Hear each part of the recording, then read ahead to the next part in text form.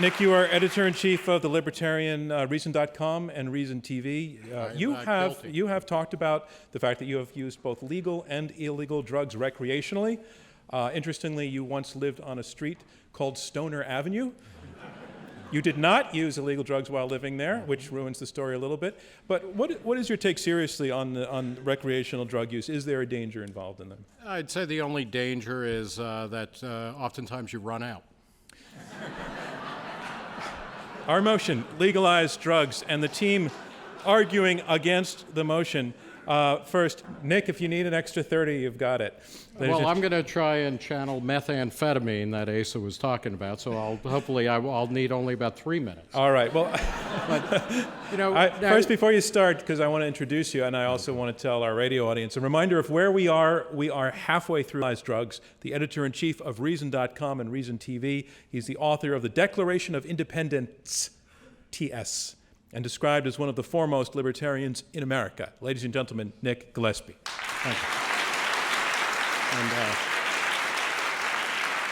I do want to point out in all fairness that being among the foremost libertarians in America means that myself and my co-author, that's basically it.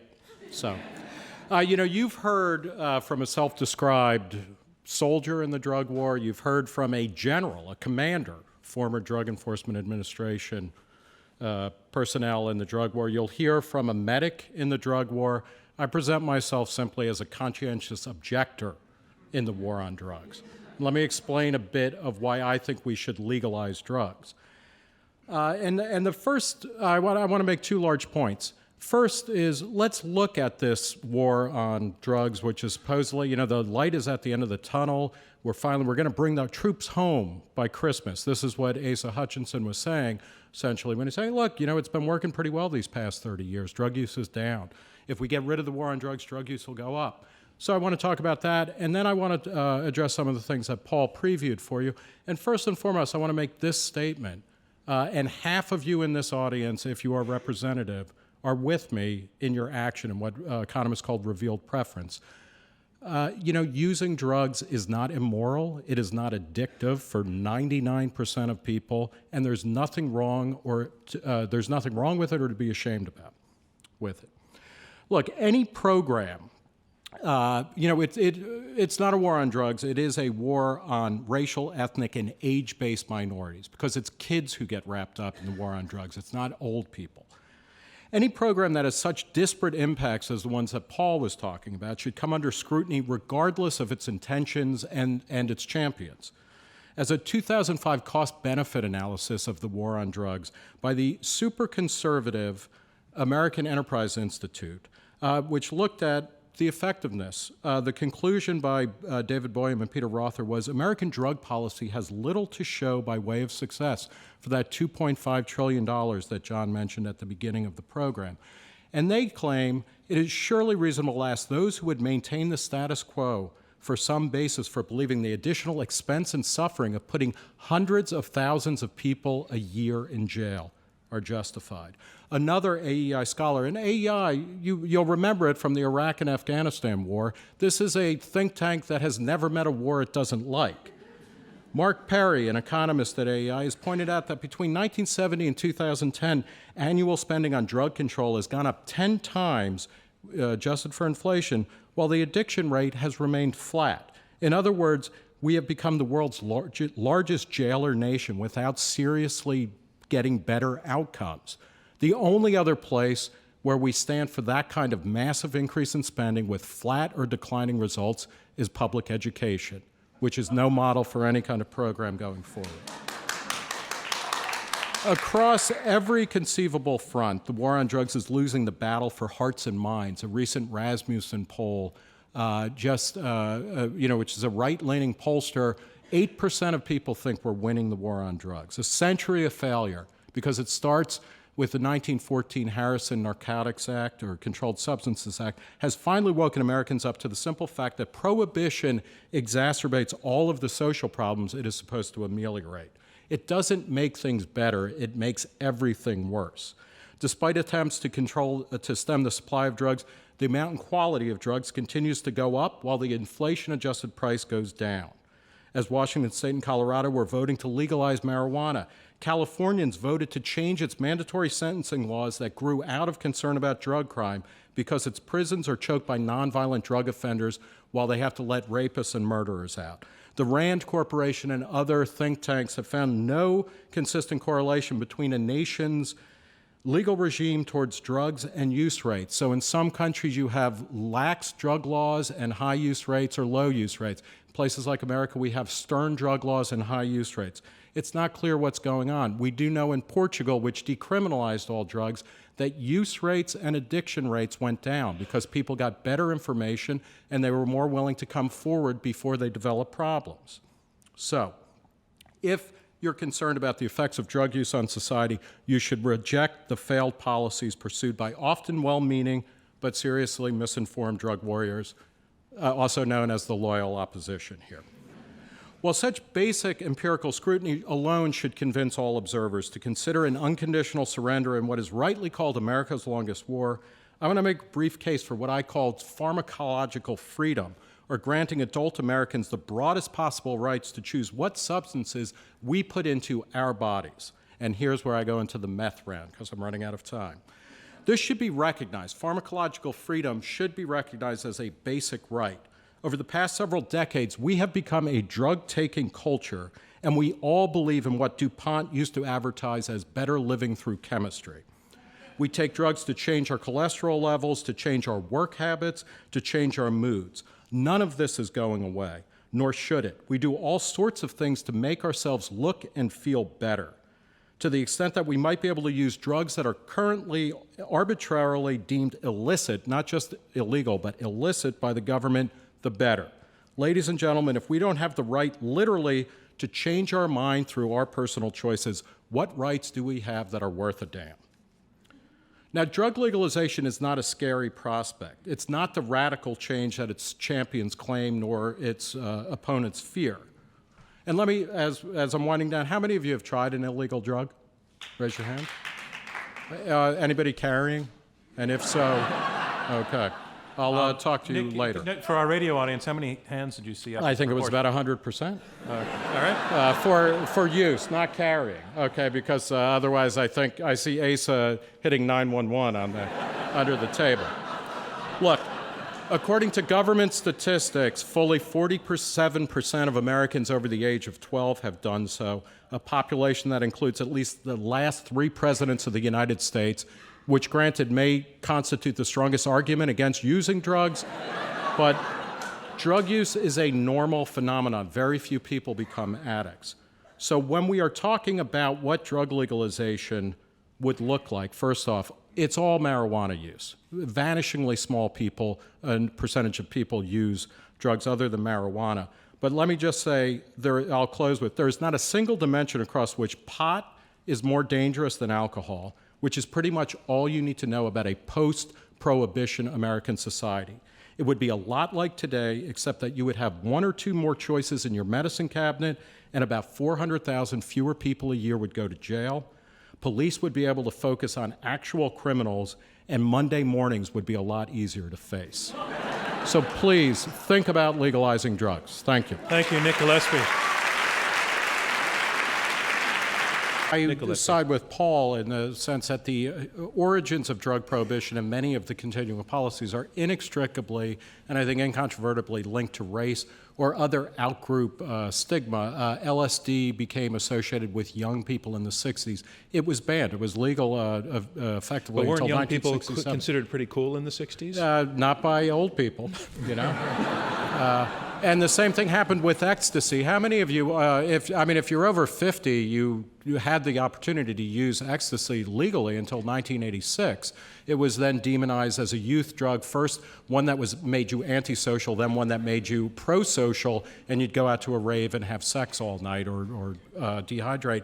But more importantly, hydration is very important. It's the skin. More importantly, we need to dial back the hysteria. So, for instance, I just want to focus on one point that Asa was making. Wait, methamphetamine, 0.1% of people in America report having used it in the past 30 days. Is the drug war edifice, all of the costs in money and in monetary and human terms, is it worth trying to stop that 1/10 of 1% of Americans? All right, let's hear from Theodore Dalrymple arguing I against just the want motion. to make a small look. May I frame it, Sure. though, in terms of take heroin or methamphetamine, I would presume if it's legalized, the state would be granting licenses so that you can regulate the purity and the quality of the heroin, and that the methamphetamine is quality stuff. So if you regulate it, and you have to regulate it to tax it, so I am curious, one, is this not another government regime that's being created with a libertarian argument that you're creating? So you're creating more government by your libertarian approach, wanting to legalize drugs because they're going to have to regulate it and tax it.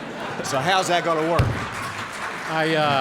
All right, Nick Gillespie. Respectfully submit that I have never taken a drug strong enough for that argument to be convincing.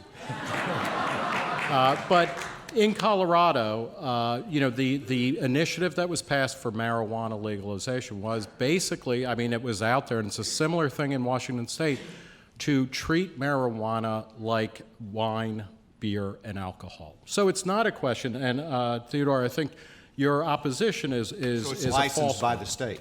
Yeah, well, it could be. That remains to be seen, actually, because each Washington State has about a year to figure out the technical implementation, and Colorado has about 6 months. But it's not a choice between anarchy and a ratcheted down regulatory system. But there will be laws, there will be customs, there will be traditions, there will be advertising, there will be information available. And the real question is about legalizing drugs. Do you consider alcohol to be legal? Let's have a regime that is very similar to that for currently illegal substances. Let me When we know that Mexican drug cartels are killing people on both sides of the border, when's the last time you heard about a Dos Equis shootout, where a beer distributor crossing the border? Hundreds of times. Most murders are committed under the influence of alcohol. The last time you heard about that sort of thing was during alcohol prohibition. And so it's not that, Are you going to have a black market for methamphetamine? Sure. You know what? We already do. What would happen is if we had a legal one, the other social harms would be reduced. I'm not a utopian. What I do believe is that not only would responsible individuals have a broader palette of things to make their life better, but also many bad things would diminish. When we're talking about addiction or substance abuse, I don't drink anymore because I was a bad drinker. I tried my hardest to drink and drink and drink. I gave it up. If I had to admit that I was a criminal as well as having a substance abuse problem, I doubt that I would have gotten there quite as fast as I did, which was long enough. Can I just make Nick Gillespie. I'd like to defer to the experience and the expertise of the opposition to legalization, but I'm left wondering what world we're talking about here. So they're talking about how bad OxyContin is. OxyContin is a prescription drug that is already legal and regulated. I don't see how that really has a lot to do with talking about a legalization debate. It's already legal. And here are the stats that are important. The government runs something called the National Survey on Drug Use and Health. Basically, in the past month use, they asked people, have you used this drug in the past 30 days, which is kind of a proxy for a regular user or a casual user. About 7% of people over the ages of 12, 12-year-olds, by the way, it's almost 100%, they say yes to everything. But about 7% of Americans say that they've used pot in the past month. By far, by a factor of 3 or more, that's the most widely used illegal drug or legal drug that's used illegally. The next one is opioids, the prescription drugs that Theodore was talking about, which comes in at 2.7%. When you're talking about things like meth and heroin, 0.1%, hallucinogens covering a wide range of things, 0.5%, crack or cocaine, including crack, 0.6%. These are non-factors, and as Paul was suggesting, if they're made legal, who out here is going to be like, finally, heroin is legal?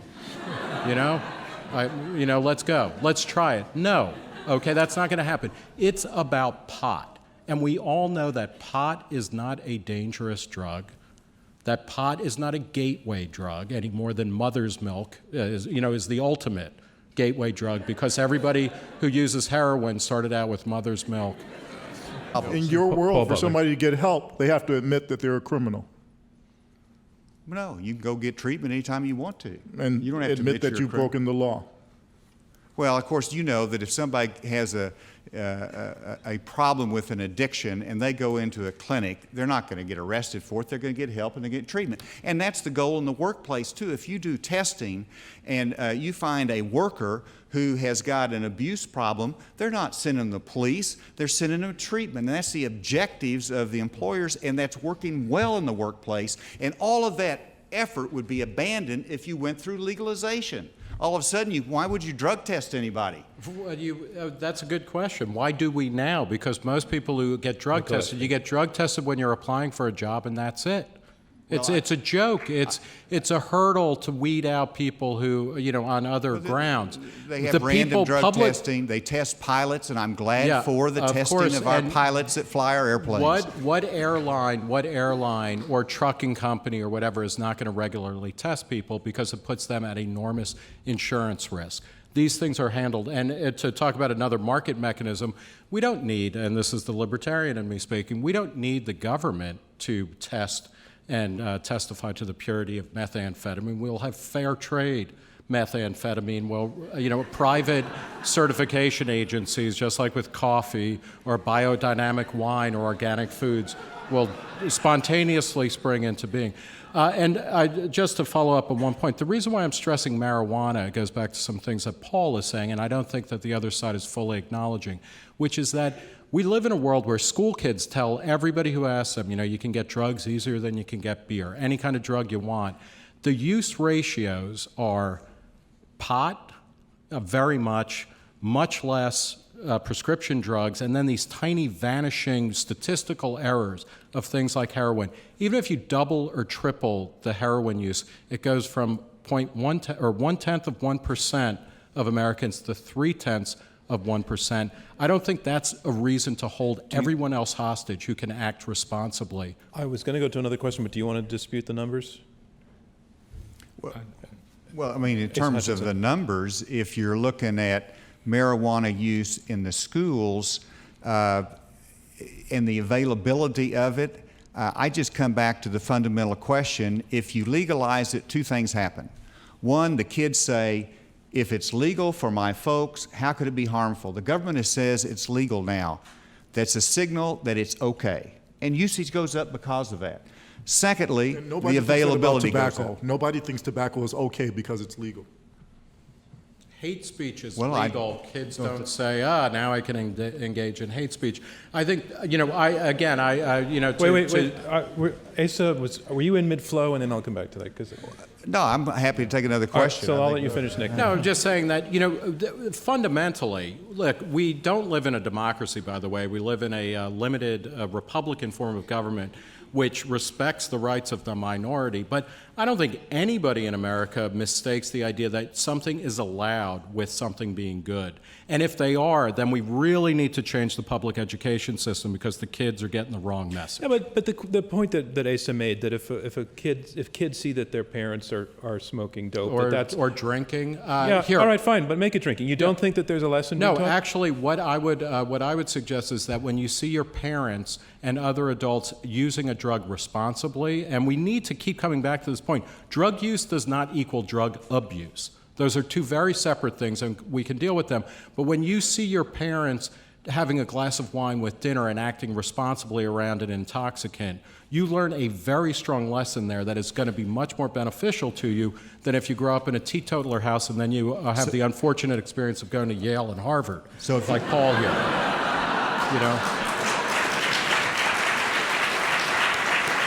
I just wanted to say very quickly, the mob moved into other illegal pursuits, prostitution, non-casino gambling, things like that.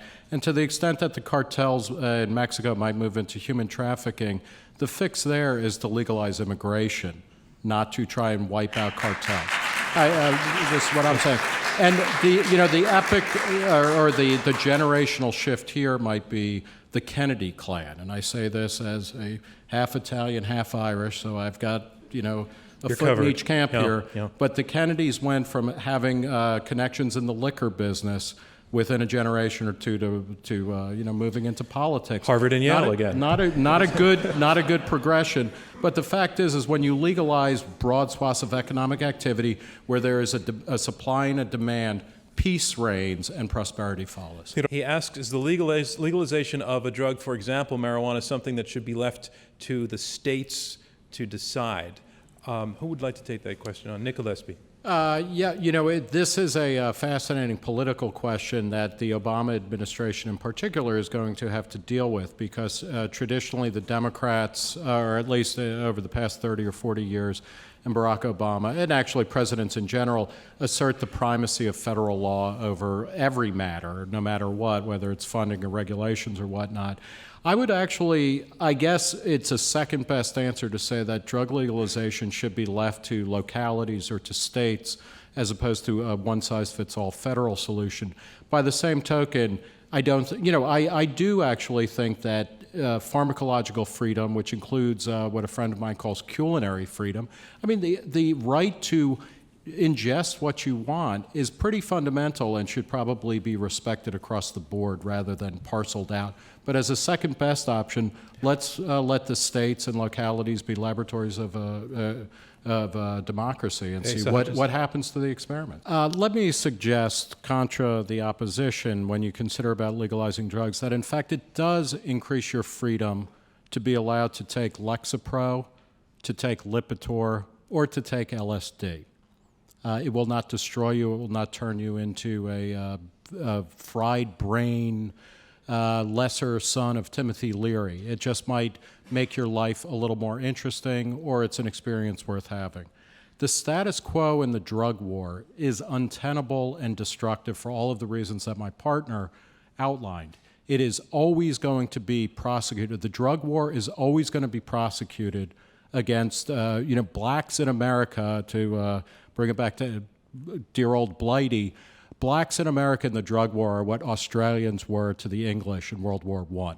They are human fodder, and they will be ground up and used, their bones will be the basis for the next bunker. There is no way around it. The drug war has always been prosecuted along racial lines, along class lines, and other discriminatory practices. That's not going to change. It's not going to get better in the second 100 years of drug prohibition.